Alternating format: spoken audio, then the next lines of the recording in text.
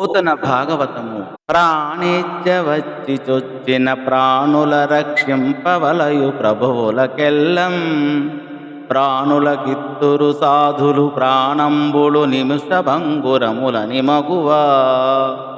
ఓ మగువ, పార్వతీదేవి ప్రాణభయంతో ఆశ్రయించిన జీవులను కాపాడటం ప్రభువుల కర్తవ్యం. ప్రాణాలు నిమిషంలో నశించిపోయేవి.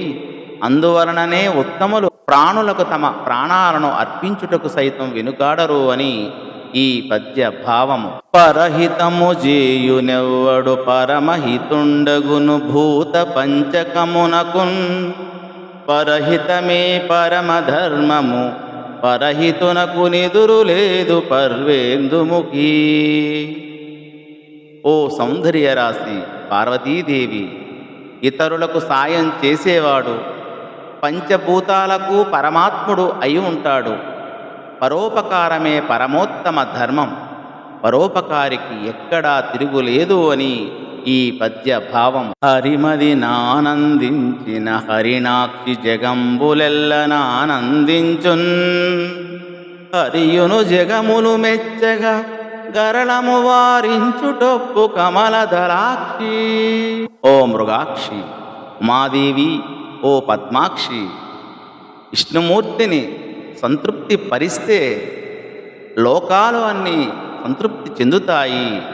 ఆ విష్ణుమూర్తి లోకాలు సంతోషించేలా హాలాహల విషాన్ని అదుపు చేయడం మంచి పని అని ఈ పద్య భావం. శిక్షింతు హాలాహలమును భక్షింతును మధుర సూక్ష్మ ఫలరసము క్రియన్ రక్షింతు ప్రాణికోట్లను వీక్షింపుము నీవు నీడు వికసాబ్జముఖీ. వికసించిన పద్మం వంటి మోముగల సతీదేవి, హాలాహలాన్ని దండిస్తాను, చాలా చిన్న తీయని పండువలే రసం వలె హాలాహలాన్ని మింగుతాను, ఇవాళ ఈ జీవలోకం సమస్తాన్ని కాపాడుతాను, నువ్వు చూస్తూ ఉండు అని ఈ పద్య భావం.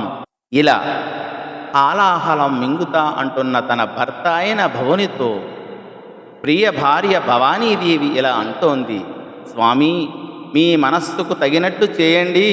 ఇలా చెప్తున్న సుఖమహర్షితో పరీక్షన్ మహారాజు ఇలా అడిగాడు అని ఈ పద్య భావము. ధన్యవాదములు.